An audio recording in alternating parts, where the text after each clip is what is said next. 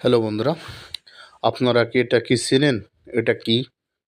যদি আপনারা চিনে থাকেন অবশ্যই কমেন্টে জানাবেন এই জিনিসটার নাম কি। এটা মাত্র শীতকালে বেশিরভাগ পাওয়া যায়, গ্রামের দিকেও পাওয়া যায় বেশি। এটা সেই জিনিস, আপনারা যারা জানেন তারা অবশ্যই কমেন্টে জানাবেন যে জিনিসটার নাম কি।